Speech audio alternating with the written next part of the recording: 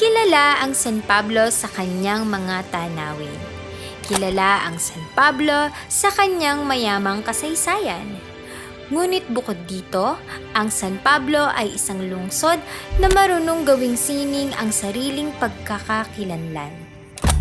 Dito, ang niyog ay hindi lamang bunga ng puno.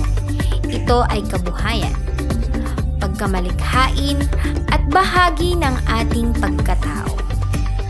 Kaya kung may isang souvenir na tunay na sumasalamin sa puso ng San Pablo, ito ang Coconut Coin Bank.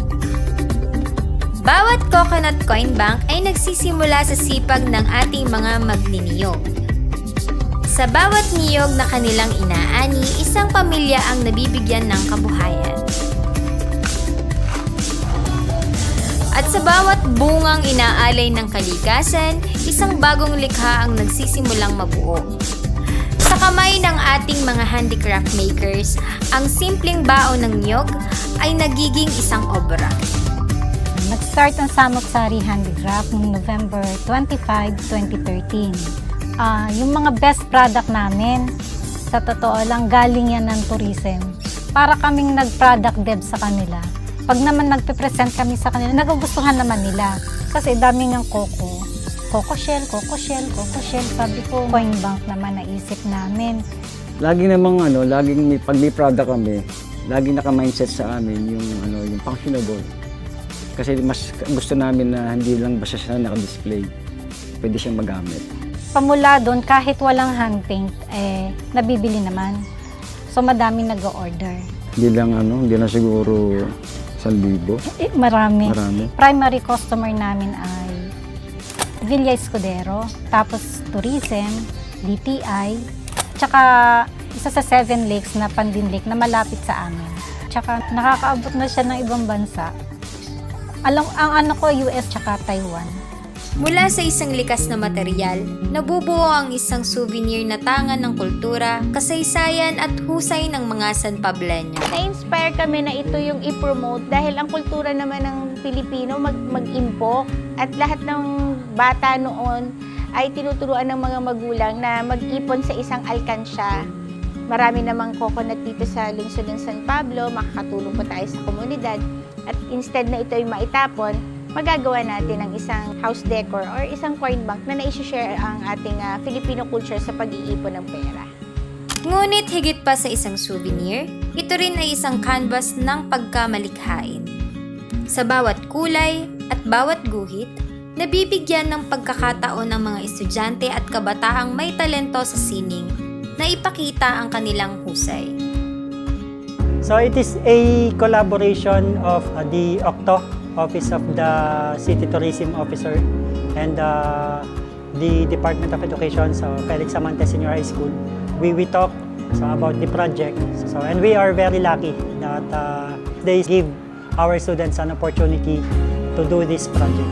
Ang bawat disenyo ay may sariling kwento, at ang bawat kwento ay pinipinta ng may pagmamahal. So bilang estudyante po, nakakatulong po ang aming disenyo upang makilala po lalo ang ating bayan. At sa paraan pong ito, isa po kaming bahagi kung saan nagbibigay po kami ng pagmamalaki at pagpapahalaga po sa bayan ng San Pablo.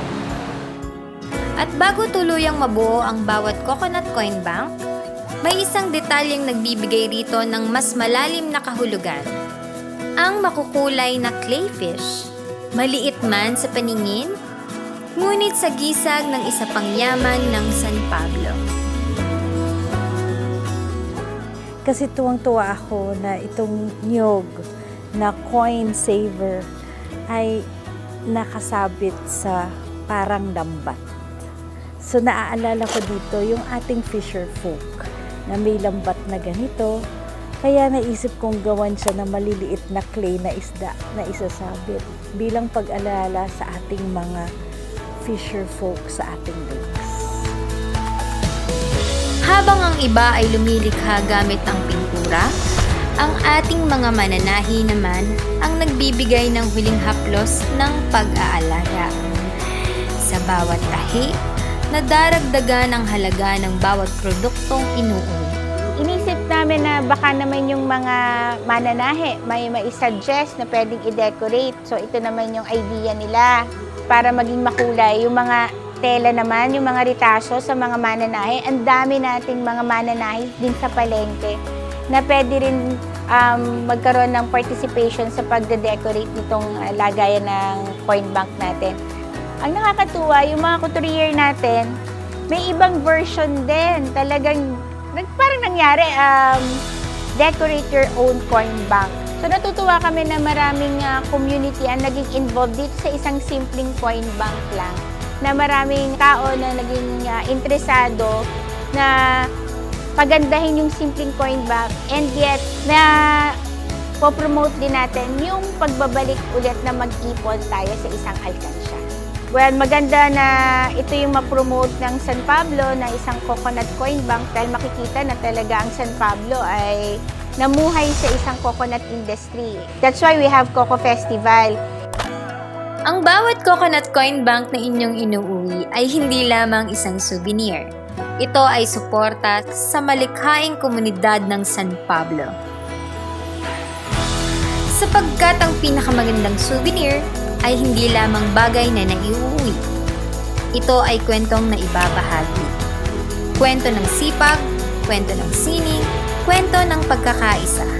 At ngayon, kwento rin ng bawat bariyang iniipon. Dahil sa bawat bariyang inihuhulog, unti-unting nahuhubog ang isang magandang kinabukasan. Kaya't higit pa sa isang souvenir, ang Coconut Coin Bank ay nagiging katuwang ng bawat pamilya sa pagtuturo sa mga kabataan ng kahalagahan ng pag-iimpok, pagpapahalaga at paghahanda para sa hinaharap.